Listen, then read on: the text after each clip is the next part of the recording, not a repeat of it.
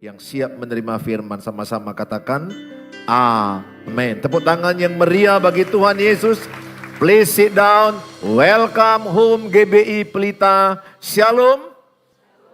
Please join with our social media. Silakan bergabung dengan social media gereja, social media Bapak Gembala, terutama YouTube Suheri Gultom. Ada menara doa pagi 3 kali seminggu. Dan terlebih banyak saya membahas bagaimana mendampingi pasangan pernikahan yang sulit.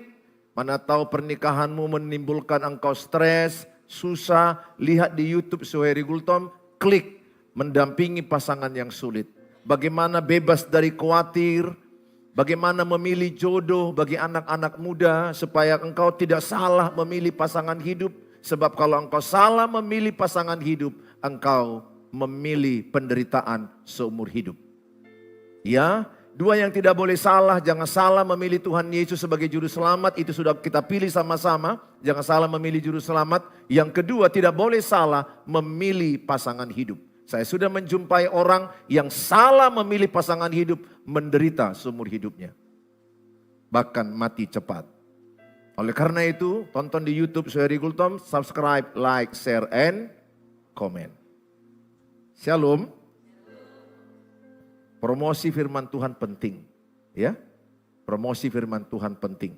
Hari ini kita belajar tentang aktivasi pemimpin muda. Tapi untuk ibadah satu ini saya beri tema mewarisi kepemimpinan. Warisan kepemimpinan. Sangat penting saudara, khususnya bagi orang tua. Sangat penting mewarisi kepemimpinan kepada anak-anakmu dan cucumu selagi masih ada waktu. Tidak kebetulan sekarang ini saya khotbah, putra saya yang bungsu adalah worship leader. Ini satu contoh yang baik untuk jemaat. Bahwa saya sedang melakukan transisi kepemimpinan. Dari saya kepada anak saya. Tentunya tidak dengan memaksa dia untuk jadi pendeta. Biarlah oleh karena Roh Kudus menuntun dia. Kalau dia tidak mau, saya tidak mau paksa. Karena pendeta yang terpaksa tidak akan mungkin sukses. Pendeta yang terpanggil itu yang diberkati Tuhan. 2 Timotius 1 ayat 3 sampai 18. Tapi saya mengajak kita sama-sama membaca 2 Timotius 1 ayat 3 sampai 6 saja. Mari sama-sama kita membacanya ayat 3 sampai 6 saja. 1, 2 ya.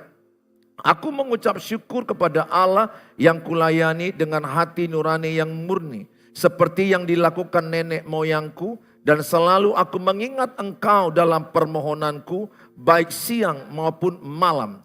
Dan apabila aku terkenang akan air matamu yang kau curahkan, aku ingin melihat engkau kembali supaya penuhlah kesukaanku. 5 sama-sama.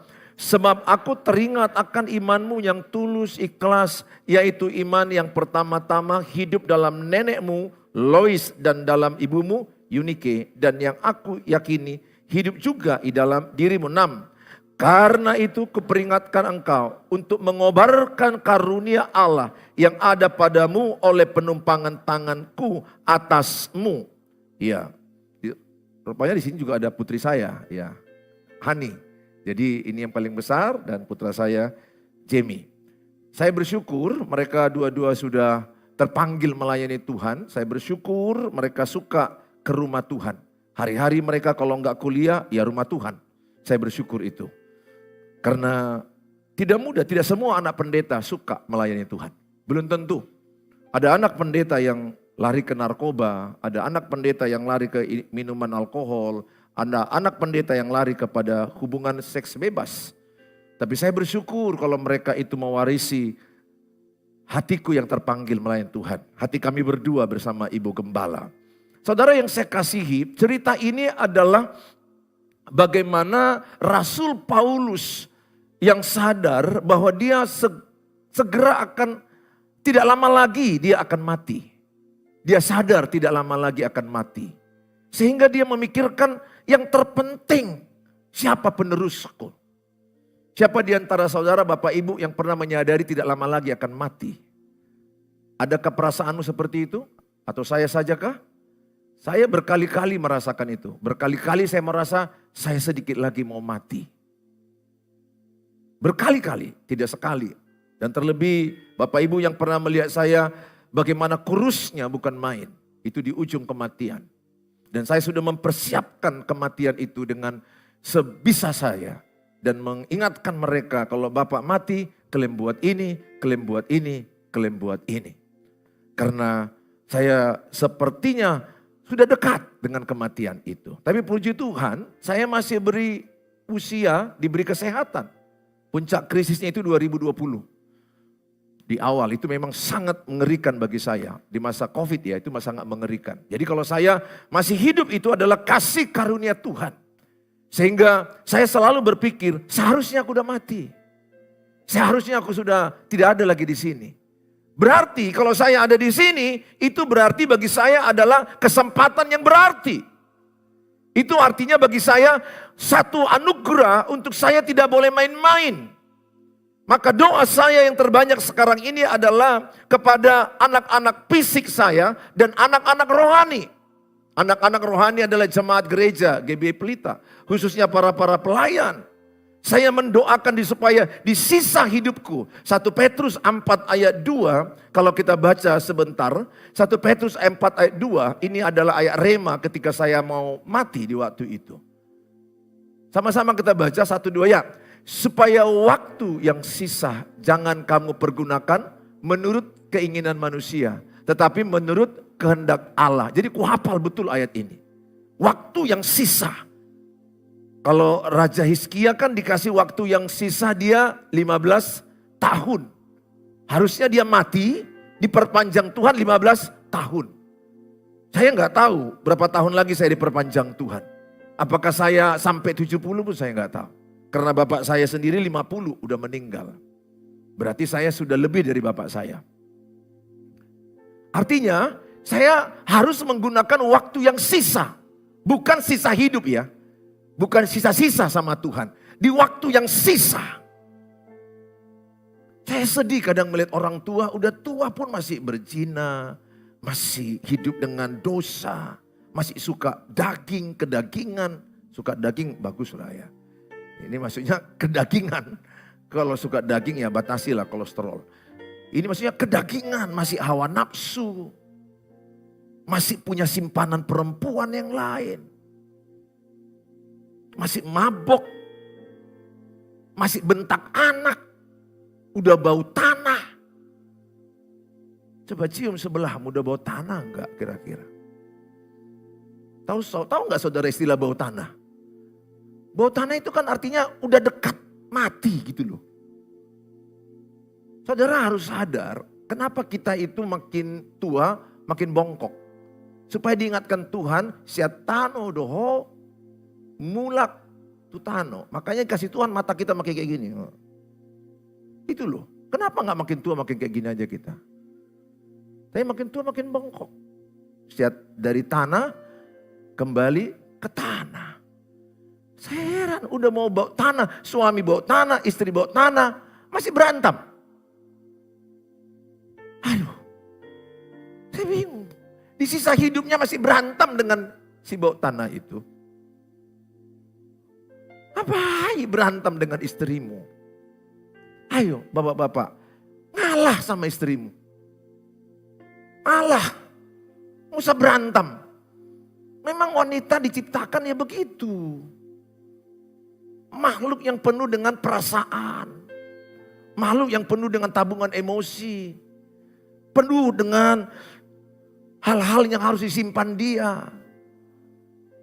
Nanti kalau anak paling kecil bertanya, kayak mana ma?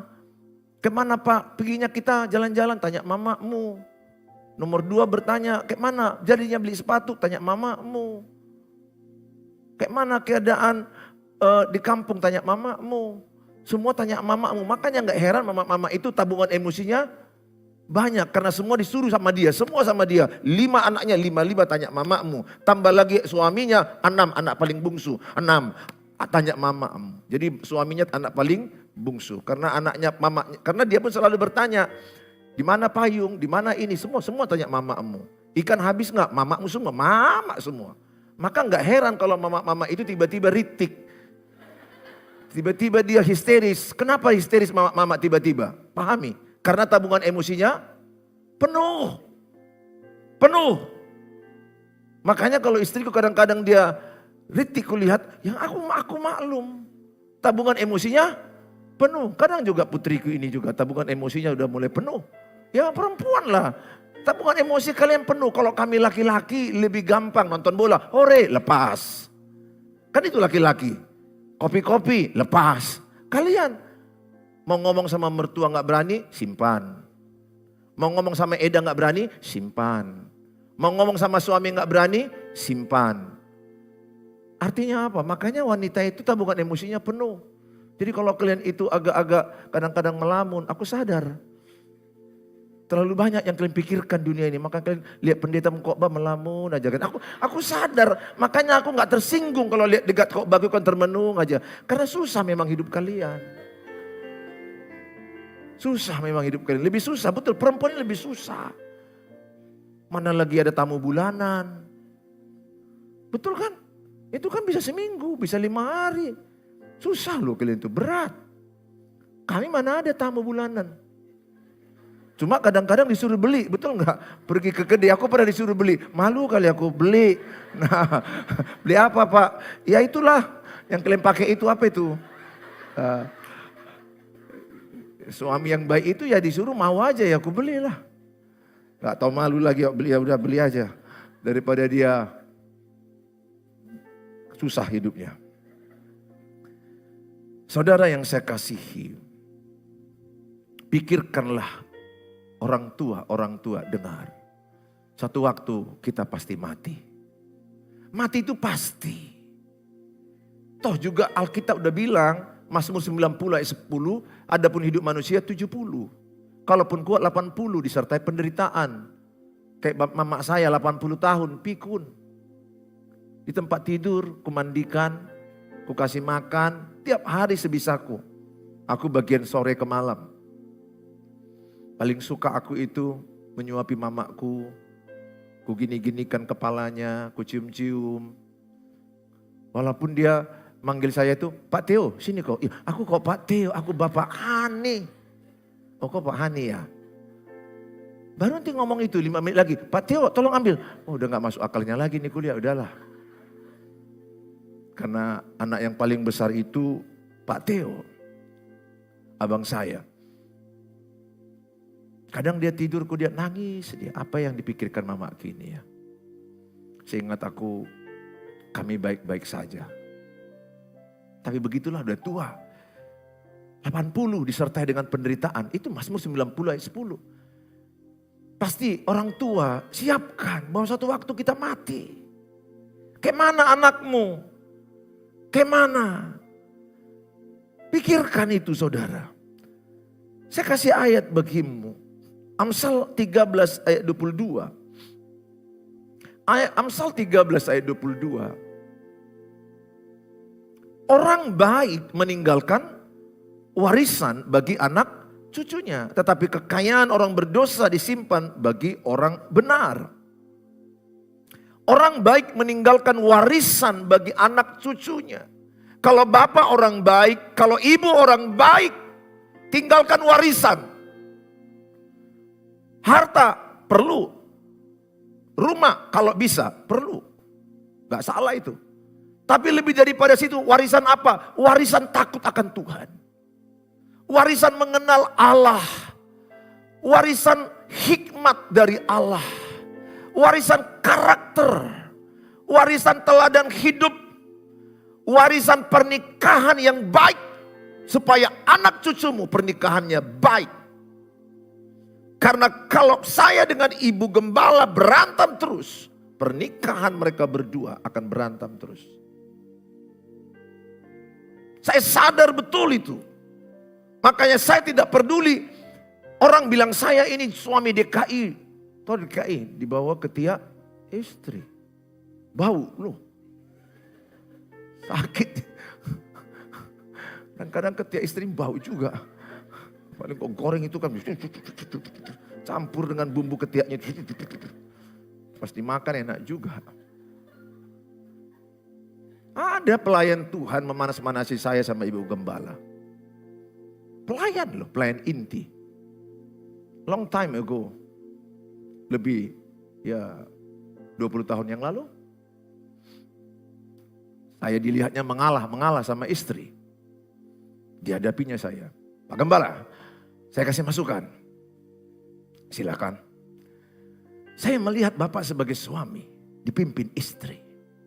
Maksudmu? Ya, Bapak itu DKI. Setahu saya kita Sumatera Utara, Sumut, bukan DKI. Ya, maksudnya Bapak itu tidak punya pendirian. Jadi kami bingung para pelayan ini, ikut Bapak atau ikut Ibu? Waktu itu Ibu Gembala ikut memimpin gereja. Kalau sekarang dia tidak, dia memimpin sekolah. Saya memimpin gereja. Ada juga bagusnya. Jadi beda regional.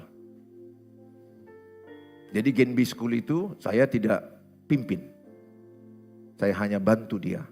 Ibu Gembala pun tidak pimpin di sini. Saya pemimpinnya. Sehingga satu kepemimpinan. Kalau dulu dua. Jadi kalau saya bilang, ya beli itu ya, beli. Staf bilang, kayak mana Pak kita beli ini Pak? Oh ya beli. Datang Ibu Gembala, jangan dulu beli. Akhirnya mereka kebingungan, ikut Bapak atau ikut Ibu? Kadang-kadang, jujur ya, kadang-kadang di rumah bisa dua pemimpin kan. Anak-anak kadang-kadang bingung. Anak-anak kadang-kadang, aku ingat ini Hani sama Jamie. Kalau nanti mamanya nggak ngasih beli mainan, larinya ke aku. Belilah Pak. Aku pernah ada bodoh-bodoh aku. Iya tenang. Jangan dengar. Mama itu pelit kali. Nah inilah kepemimpinan yang salah. Harusnya kalau mamanya bilang tidak, papa juga bilang tidak. Itu yang dulu ya. Kalau sekarang tidak lagi. Dulu aku lakukan yang salah. Ya itu gak adalah suami yang sempurna. Gak ada ayah yang sempurna. Itu kesalahan saya. Jangan dicontoh teladan buruk itu. Tapi saya masih ingat. Staf gereja juga kebingungan para pelayan. Bapak ini pemimpin atau enggak? Pemimpin lah, aku pemimpin. Tapi kok Bapak enggak berani ngambil keputusan? Saya bukan tidak berani, cuma saya perlu pertimbangan istri saya.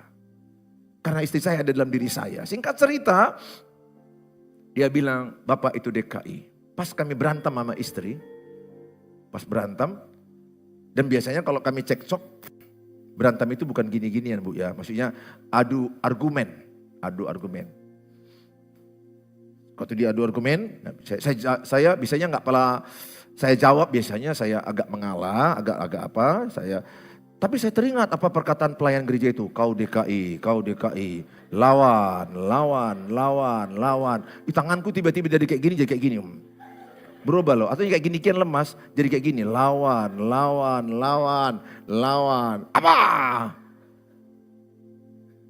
Apa yang terjadi? Makin hancur. Gak siap-siapnya kami berantem. Ingat, suami istri yang berantem adalah suami istri yang egois dan sombong. Kalau mati egoisku, aku tidak akan berantem. Kenapa aku berantem? Kenapa aku cekcok? Kenapa aku konflik? Karena aku merasa aku benar, kau yang salah. Aku benar, kau yang salah. Kau harus berubah. Istriku juga bilang, kau yang harus berubah, kau yang harus berubah. Mana siap-siap? Enggak siap. Dia menuntut aku berubah, aku menuntut dia berubah. Makanya Yakobus 3 ayat 16 dikatakan bahwa akar kekacauan dan kerusuhan di rumah tangga adalah mementingkan diri sendiri dan iri hati. Sejak saya matikan egois saya, beberapa tahun ini, anak-anakku sebagai bukti. Istriku lagi tidak stabil pun emosinya, saya bisa menatap dia dengan semakin mencintai dia. Terima kasih, istriku masih hidup. Kan lebih ngeri melihat istri beku gini. Ayo bapak, mana lebih suka istri kalian tiba-tiba juga. Lebih baguslah kita mendengarnya. Oh, alhamdulillah dia masih hidup. Dan karena tidak kujawab, makin reda emosinya. Betul? Dan kemudian apa yang diinginkan itu, kulakukan. Apa yang diinginkan itu hanya masalah sepatu, kadang-kadang aku juga yang salah, aku letakkan enggak di rak sepatu, udah capek. Ya udahlah, cepat aja ambil sepatu itu. Sorry ya Ma, ya aku letakkan. Karena udah perjanjian di rumah, sepatu harus di sini, sepatu harus di sini. Baju di sini, sepatu di sini, piring harus rapi, begini. Ya begitulah wanita kan, dia kan merapikan, senang melihat bersih. Kan kasihan juga melihat istri jadi departemen kebersihan terus di rumah. Dan hanya hitungan menit reda emosinya. Dan itu pun sudah jarang. Dalam sebulan belum tentu sekali. Kalau dulu, aduh, variasi musik lah. Dan kulawan makin parah. Suami yang sehat emosinya nggak perlu lawan istri. Istri itu adalah sekutumu, bukan seteru. Bisakah aku lawan istriku? Bisa kali. Suaraku lebih kuat dari dia. Aku orang Batak Toba, dia selatan. Batak Toba lebih kuat suaranya. Mau usah pakai mie ini, bisa kok baku didengar kalian di belakang itu. Bisa. Bisakah aku bentak? Bisa. Bisakah aku balas? Bisa. Kenapa aku tidak mau kalau dia marah? Karena aku tahu. Aku mencintai dia. Aku mengasihi dia. Dan dengan aku tidak menjawab, maka anak-anakku akan melihat teladan. Bagaimana meredakan emosi istri. Ingat seorang ayah stabilisasi emosi keluarga. Kalau seorang ayah emosinya tidak stabil, rumah tangga itu hancur. Hancur rumah tangga. Maka hati-hati anak gadis, jangan kau menikah dengan anak muda yang emosinya belum terkendali. Ada bapak yang bisa memukul istrinya, pak. Lihat anak-anakmu akan melihat teladan itu. Akan melihat contoh itu. Maka pesanku sama saudara. Suami istri bukan lagi menghitung berapa kali aku mengalah. Dulu aku pernah begitu. Ku hitung-hitung. Sampai ku catat berapa kali aku mengalah. Aku aja mengalah. Sekarang no. Suami istri gak perlu menghitung berapa kali mengalah. Membuat diriku bahagia gampang. Ku bahagiakan istriku. Kalau ku bahagiakan istriku, itulah kebahagiaanku sejati. Membuat aku sedih, ku sakiti istriku, sedih hatiku. Karena dia di dalam aku. Kita bukan lagi dua, tapi satu, kata Alkitab. Oleh karena itu saudara, bagaimanakah kita mewariskan yang baik kepada anak cucu kita. Coba saya ajak baca lagi 3 Yohanes 1 ayat 4. 3 Yohanes 1 ayat 4, ayat tambahan. Bagiku tidak ada sukacita yang lebih besar daripada mendengar apa? Sama-sama. Bahwa anak-anakku hidup. Oh, sukacita orang tua adalah anak-anaknya. Anak-anak adalah aset terbesar orang tua. Bukan uang miliar. Bukan banyak usahamu. Itu kata Alkitab. Sukacita orang tua terbesar melihat anak-anaknya hidup benar. Baru sebaliknya, duka cita orang tua terbesar melihat anak-anaknya hancur. Saya pernah bilang sama Tuhan begini. Tuhan, aku tahu pernikahan kami pernah hancur bersama istriku.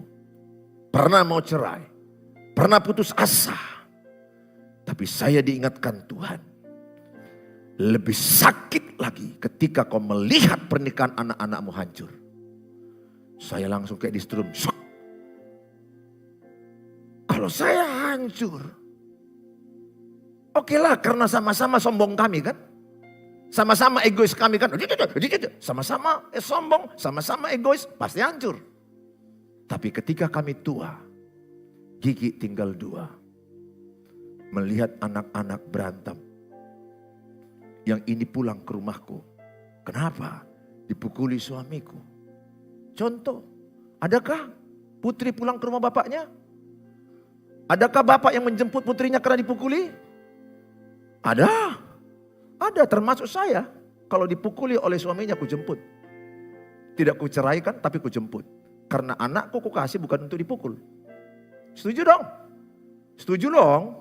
Yang salah itu kan bercerai. Bercerai harus karena kematian. Tapi kalau dipukul oleh suaminya, sekali aja aku bilang, kujemput. Kalau dia melapor ya, kujemput. Buat pernyataan. Bahwa tanganmu tidak boleh menyentuh anak aku pukul. Kau cium boleh, itu hakmu. Pukul nggak boleh. Lihat ada pendeta yang viral itu Surabaya. 20 tahun. Biru-biru lu sambil ngomong gini di kantor polisi. Yang pukul suami sendiri. Itu bukan hoax. Itu ada videonya. Saya titipkan bahwa ruku bukan untuk dipukul. Dia nggak sempurna, dia punya kekurangan. Tentunya anakku juga laki-laki, pasti kusuruh jangan pernah pukul istrimu. Kalau kau pukul, kau jemput.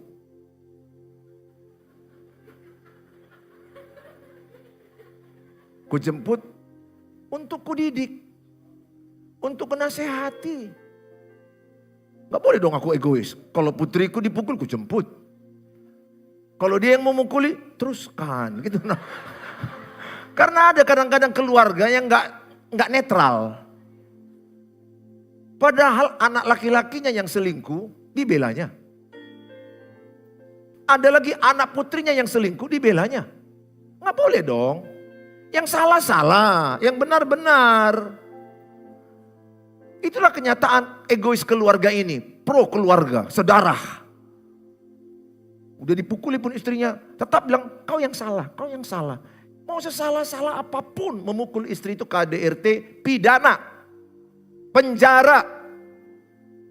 Lapor visum langsung masuk dipenjarakan. Ada pendeta loh di penjara gara-gara itu. Enggak 1-2 pendeta yang mukul istri. Maka saya katakan sama saudara, sukacita terbesar melihat generasi ini bangkit memimpin. Betul kita akan meninggalkan dunia ini. Tapi kita akan meninggalkan dunia ini, meninggalkan yang baik kepada anak cucu. Ada ayah hidup tapi tidak meninggalkan warisan. Tidak meninggalkan warisan takut Tuhan. Tidak meninggalkan warisan karakter. Tidak meninggalkan warisan teladan. Bahkan tidak meninggalkan warisan uang. Hidup 70 tahun tapi gak bisa meninggalkan uang. Lebih parah mewariskan utang. Utang yang ditinggalkan. Dia meninggal, anaknya dikejar utang. Jadi 70 tahun hidup ngapain aja. Merokok bisa. Nabung gak bisa. Sedih aku melihat rumah tangga yang seperti itu. Saudara, bagaimana kita melahirkan, mewariskan kepemimpinan pada generasi berikutnya. Seperti Paulus kepada Timotius yang masih muda. Dia sadar Paulus, aku udah tua, sikit lagi mau mati. Sehingga dia serius memikirkan Timotius yang masih muda, yang akan meneruskan kepemimpinan dia. Saya bersyukur kepemimpinan gereja ini bukan karena anak saya, tapi ada anak-anak rohani saya yang meneruskan ini. Ada orang pendeta Jaya, pendeta Samuel dan lain-lain, ada pendeta Okta dan lain-lain. Mereka akan meneruskan kalau saya meninggal. Yang pertama yang perlu dilakukan adalah doa dan impartasi seorang mentor. Sangat penting kita berdoa kepada anak cucu kita, menantu kita. Doakan menantu. Menantu itu di Alkitab adalah anak bagimu. Mertua di Alkitab orang tua bagimu. Enggak boleh lagi dibedakan. Jadi ketika nanti dia menikah, maka suaminya udah anakku. Sayangku udah sama dia dengan anak menantuku. Gak boleh kubedakan. Jangan bedakan menantu dengan anak. Sayangi. Jangan bedakan orang tua dengan mertua. Sama di hadapan Tuhan. Apa yang perlu dilakukan? Mendoakan, mengimpartasikan. 2 Timotius 1 ayat 3 sampai 4. Aku mengucap syukur kepada Allah yang kulayani dengan hati nurani yang murni seperti yang dilakukan nenek moyangku. Dan selalu aku mengingat engkau dalam permohonanku, doaku. Doa Paulus kepada Timotius, baik siang maupun malam. 4, dan apabila aku terkenang akar air matamu, air mata Timotius, karena dia ikut menderita, padahal dia baru melayani Tuhan dengan usia muda. Dia ikut menderita. Terkenang akan air matamu yang kau curahkan. Aku ingin melihat engkau kembali supaya penuhlah kesukaanku. Jadi Paulus mendoakan Timotius siang dan malam. Orang tua yang benar mendoakan anak-anaknya siang dan malam. Tiap hari nama mereka kubawa dalam doaku. Dimanapun aku berada. Tidak akan tidur aku sebelum kusebut nama mereka. Termasuk jemaat GBI Pelita. Tidak bisa aku sebut nama satu-satu, tapi aku sebut jemaat yang kau titipkan di GBI Pelita. Kalau ada yang sakit, aku sebutkan namanya khusus karena dia minta doa. Tidak ada yang lebih daripada melihat anak-anakmu hidup dalam kebenaran. Saya sudah melihat orang tua yang kaya raya di Jakarta menelepon saya, menikah dengan anak yang kaya raya di Medan. Akhirnya anaknya ini pisah rumah. Istri yang adalah menantunya membawa 3 putranya. Berarti opungnya ini tidak bisa lagi peluk cucunya. Padahal opungnya ini kaya raya, besannya kaya raya. Ingat, orang yang kaya raya belum tentu kebahagiaan ada pada mereka. Makanya jangan pernah menikah karena kau melihat kaya raya. Jangan tertipu. Jangan kau menikah melihat karena hebat pekerjaannya. Saya sudah jumpai semua ini. Tapi saya belum pernah menjumpai orang yang takut akan Tuhan menyanyiakan pernikahan. Tidak. Jadi carilah yang takut akan Tuhan. Dia telepon saya dari Jakarta. Pak Pendeta, tolong saya. Saya stres sekarang ini. Saya tidak bisa memeluk 3 cucu saya yang kusayangi. Yang biasanya bisa kupeluk. Ku antar, ku bawa makan, jalan. Sekarang aku dilarang. Padahal 3 ini dekat sama saya. Entah apa masalah mereka berantem. Aku tidak tahu pasti. Tiba-tiba serak pisah. Bawa 3 anaknya balik ke Medan. Dan sekarang di Medan. Suaminya dengan istri berantem. Anak-anak korban. Ingat. Kenapa aku mengalah sama istriku? Bukan aku gak bisa melawan. Karena aku mengasihi dia. Karena kita adalah anak Allah pembawa damai. Balaslah kejahatan dengan kebaikan. Bahkan termasuk juga putri kini kalau emosinya kurang stabil aku gak mau melawan. Karena aku mengasihi. Saya mengasihi anak-anak saya. Saya mau katakan sama saudara. Kalau berantem suami istri, anak-anak yang korban. Anak-anak yang gak bisa peluk opungnya. Opungnya nangis sampai berkali-kali hubungi saya. Saudara, apa yang perlu kita wariskan? Takut akan Tuhan, iman, karakter. Supaya mereka bangkit jadi pemimpin. Doakan. Kayak Paulus tiap siang dan malam disebutnya Timotius Tuhan. Timotius. Jama Timotius. Timotius, ingat Paulus tidak menikah. Paulus tidak menikah. Timotius anak rohaninya. Dia mendoakan. Supaya kalau nanti aku mati, ada penerusku. Saya juga berdoa gitu. Saya bersyukur putra saya, Jamie udah khotbah di sini. Putri saya juga udah khotbah. Saya bersyukur. Karena kayak manapun yang diinginkan orang tua adalah penerus. Karena banyak kadang-kadang di generasi kedua berantem warisan. Gak cakapan abang adik. Generasi 1 membuat usaha bagus. Generasi 2 berantem. Generasi 3 lebih berantem. Kenapa? Cinta akan uang, akar segala kejahatan. Berapa banyak orang hanya gara-gara warisan, gak cakapan abang adik. Gak berkunjungan ketika ada duka. Gak berkunjungan ketika ada pesta nikah. Apa yang mereka cari? Apa yang mereka cari? Uang, cinta akan uang, akar segala kejahatan. Saya mau ajak, doakan. Ini anak-anak saya. Sering kutempang tangan ini. Waktu tidur, Waktu mereka masih kecil, kutempang tangani. Dan kutanamkan nilai-nilai firman Tuhan saat di mobil, saat makan jalan. Kusampaikan firman Tuhan. Pernah si Hani bilang, tolonglah Pak, jangan berat kali khotbahnya. Ini mau ke Parapat. Karena mungkin waktu itu kubawa tentang wahyu, kedatangan Tuhan Yesus. Ini mau ke neraka atau ke Parapat Pak? Nah, maksudmu kenapa? Berat kali topiknya. Ringankan sedikit, ringankan, ini mau jalan-jalan. Kadang-kadang kami pun orang tua nggak tahu tempatnya pula. Jadi akhirnya oh iya. Jadi dalam kitab Ulangan 6 ayat 7 dikatakan saat duduk, saat berdiri, saat jalan, saat sedang pergi kemana-mana, sedikit tapi sering. Jadi mewarisi kepada anak-anak itu adalah sedikit tapi sering. Katakan sedikit tapi sering. Jangan karena mau anakmu bertobat, ayo kita habisi. Kejadian malam ini ya, besok keluaran. Besok kau kemasukan, oke nama. Nggak usah, sedikit tapi sering. Dan paling penting adalah doakan. Doakan, aku sedih loh ada anak muda, nggak pernah dipeluk bapaknya.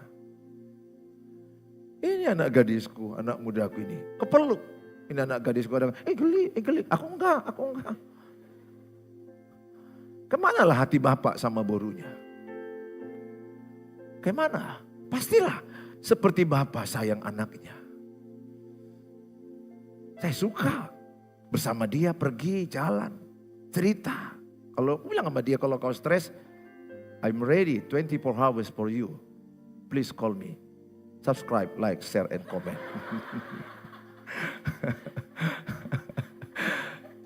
Jadi maksudku, kalaupun dia menikah kan banyak stresnya, betul? Banyak berantamnya ya, kita aku ya. Mau siapapun menikah, mau kalian menikahkan makhluk Pluto dan makhluk dari Mars. Kenapa? Karena dua pribadi banyak perbedaan. Jadi wajar ada masa adaptasi. Tapi kalau berantem sampai mati, itu kelewat. Maka saya bilang kalau kau susah dalam pernikahan, inilah contohnya kan, dia kasih tanda.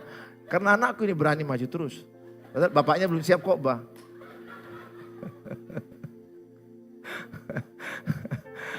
Nah saudara, saya bilang kalau kau susah, panggil saya.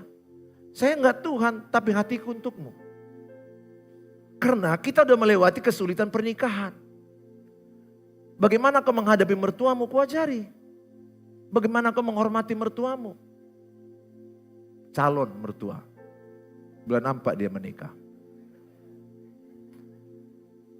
Sekaligus undangan.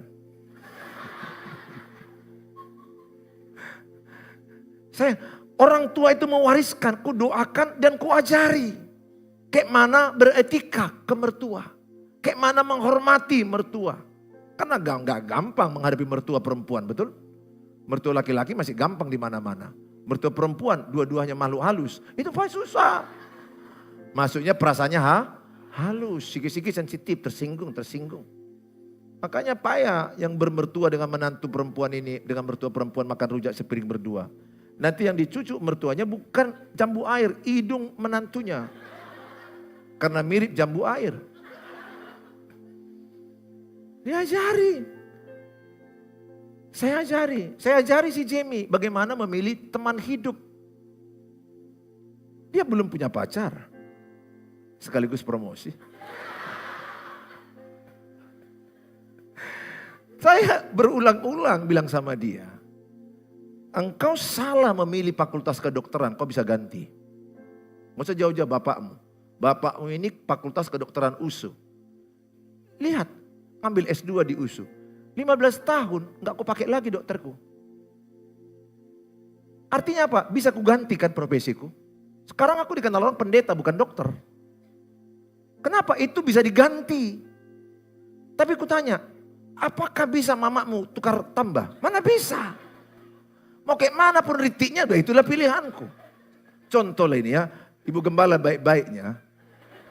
Cuma kadang-kadang ya namanya wanita. Tabungan emosi penuh. Makanya istri kini kusuruh cicil tiap hari. Cicil apa ceritanya? Supaya jangan ritik. Cicil. Saudara artinya apa? Enggak bisa salah aku memilih teman hidup, gak boleh. Aku harus percaya dia dari Tuhan dan aku harus menikah dengan dia sampai kematian memisahkan. Itu aku bilang sama dia. Lebih bagus kau telat memilih pasangan hidup. Tapi sekali sampai mati. Fakultas kedokteranmu bisa gak kau pakai seperti papamu. Rumah bisa kita jual kalau gak cocok. Sepatu gak cocok warna, kasih sama orang yang lain. Tapi pernikahan kau tidak bisa ganti. Jadi apa-apa, hati-hati. Jangan tergesa-gesa. Oke, setuju? Tos dulu. Saksi orangnya. Gitu. Bilang sebelahnya jangan tergesa-gesa. Yang udah menikah, aku udah terlanjur. Nah, jangan lagi. Ada loh orang anaknya udah 3, baru dia sadar, aduh mungkin gak dari Tuhan itu istriku. Anakmu berapa? 3 Pak Pendeta. Oh udah kelewat lah kau. Yang sudah diberkati Tuhan harus percaya itu dari Tuhan. Gak boleh lagi. Mereka ini belum. Baru hati-hati. Yang kedua, yang terakhir adalah teladan. Biar mereka berdiri agak lama. Teladan seorang mentor. Paulus tadi mentornya adalah siapa? Timotius mentornya adalah Paulus. Yosua mentornya adalah Musa. Yesus mementor 12 murid. Teladan hidup yang penting. Rasul Paulus berkata dalam kitab 2 Tesalonika 3 ayat 9. 2 Tesalonika 3 ayat 9. Aku menjadikan diriku teladan. Bukan karena kami tidak berhak untuk itu. Melainkan karena kami mau menjadikan diri kami teladan bagi kamu. Supaya kamu ikuti. Orang tua jadi teladan. Kalau engkau ingin anakmu tidak merokok, berhentilah merokok. Lihat, anakmu pasti merokok kalau bapak ibu merokok. Lebih mudah anak-anak meniru yang dilihat daripada yang didengar. Makanya kalau ingin bapak melihat anak-anak baca Alkitab, duluan baca Alkitab. Kalau ingin anak-anakmu melihat pernikahanmu, pernikahan anak-anak bahagia, berilah teladan kepada anak cucumu. Jangan lagi bapak-bapak bentak istrimu. Nada tinggi pun jangan. Ibu-ibu pun juga jangan bentak suamimu. Pokoknya di rumah itu tidak boleh ada nada tinggi. Kecuali kor latihan Natal. Haleluya. Itu boleh. Tapi jangan. Hanya bilangkan makan aja pun seperti kor. Nanti suami menjawab. Nanti rumahmu itu kayak Tarzan. Hutan. Jangan. Telah wariskan yang baik. Saya bilang sama dia. Lihat bagaimana aku mencintai mamamu. Begitu kau mencintai istri. Saya berani bilang sama dia. Karena dilihatnya kan. Kan saya gak bisa khotbah bohong dong. Karena kan dilihat dia apa yang saya lakukan. Anak-anak kan gak bisa dibohongi. Karena dia fakta melihat langsung. Sama supir juga gak bisa dibohongi. Betul? Karena supir tahu bagaimana pernikahan bapak ibu tuannya. Saya juga bilang sama guru saya. Bagaimana kau menghormati suamimu. Lakukan. Itu penting kita ajarkan kepada mereka. Teladan. Teladan hidup lebih penting. Perbuatan lebih mudah dilihat.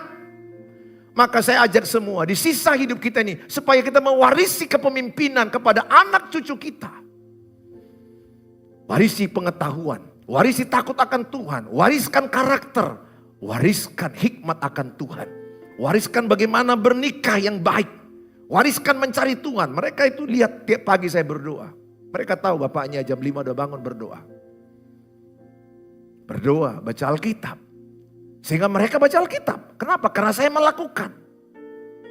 Tapi sekarang dengar anak-anak. Mungkin bapak, ibu di rumahmu gak seperti bapak pendeta di sini. Jangan kecewa hatimu. Engkau bisa membawa perubahan di rumahmu. Dalam kisah para rasul dikatakan. Satu orang selamat. Seisi rumah diselamatkan Tuhan. Saya berdoa. Mungkin rumahmu seperti neraka. Berantem gak ada damai-damainya. Tapi kalau engkau takut akan Tuhan. Doamu didengar Tuhan. Dan paling tidak engkau belum menikah. Ada modalmu. Supaya engkau tidak melakukan hal yang buruk di pernikahanmu. Tuhan Yesus memberkati. Tepuk tangan bagi Tuhan Yesus.